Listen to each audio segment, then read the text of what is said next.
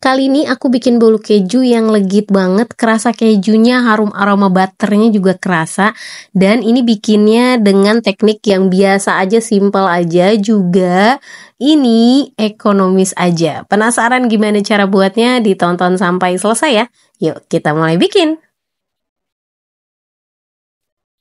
Hai semua, balik lagi channel nih Nur Islamia Muksin. Kali ini aku bikin bolu keju jadul, tapi ini rasanya enak banget. Nah, yang pertama kita mau mixing dulu 5 butir telur. Ini akan kita mixing bersamaan dengan gula pasir dan juga emulsifier. Itu boleh SP, boleh TBM, boleh juga ovalet. Itu bisa saling menggantikan. Banyaknya kira-kira 1 sendok teh. Dan ini akan di mixing menggunakan kecepatan tinggi dari awal sampai akhir, sampai nanti teksturnya tuh menjadi mengembang, lebih putih dan jatuhnya lebih berjejak. Jangan lupa ya, kita sudah harus manasin ovennya karena ini prosesnya juga nggak lama-lama banget karena oven sudah harus panas sekitar 10 atau 15 menit sebelum loyang kuenya masuk. Nah, ini udah masuk kecepatan tinggi, tinggal kita mixing terus, durasinya nggak bisa jadi patokan, pokoknya sampai dia mengembang putih dan kental. Juga kalau dilihat tuh seperti terlihat lebih shiny gitu, juga dia terlihat terkesan seperti padat, dan menurut aku kayak gitu udah cukup.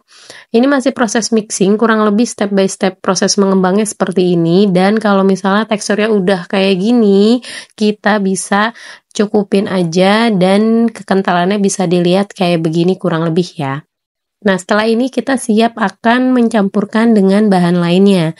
Yang pertama, aku mau masukin tepung terigu, ini bisa sambil diayak. Aku pakai tepung terigu protein sedang. Kalau di Bogasari itu biasanya yang segitiga biru ya. Lalu kemudian aku tambahin dengan tepung maizena, kira-kira 1 sendok makan aja, dan susu bubuk. Aku pakai 1 saset tingko bubuk. Lalu ayak sampai habis. Kalau ada yang bergerindil, diratakan pakai tangan supaya komposisi bahan-bahannya tetap pas. Lalu kemudian kita mixing ini pakai kecepatan paling rendah aja dan sebentar aja. Tapi kalau misalnya khawatir over mixing, mau ngaduknya pakai spatula aja juga nggak apa-apa banget.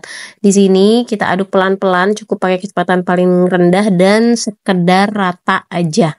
Jangan lama-lama ya. Lalu kemudian setelah lebih rata, kita mau tambahin di sini keju cheddar yang aku parut. Parutnya tuh nggak sampai ditekan banget, gunanya supaya dia nanti bisa ikut melted saat dipanggang. Kemudian aku tambahin pasta vanilla sesuai selera pastanya apa aja. Boleh aku pakai Tofiko, enak banget. Dan ini aku pakai mentega, aku mereknya pakai yang Orchid.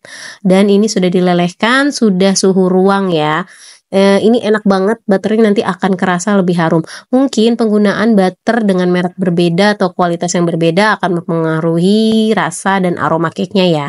Di sini diaduk pakai kecepatan rendah dan sebentar aja, kemudian di akhir tetap aku ratain pakai spatula, jaga-jaga masih ada butter yang mengendap di bagian bawah.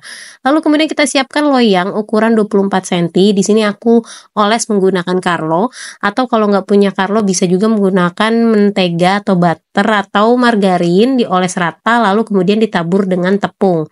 Di sini setelah rata dioles baru kita tuang adonan cake-nya, adonan bolu kejunya sampai habis. Lalu kemudian setelah habis kita ratakan. Cara meratakannya bisa menggunakan ujung sendok diputer-puter atau menggunakan sumpit, atau juga bisa dihentakkan beberapa kali.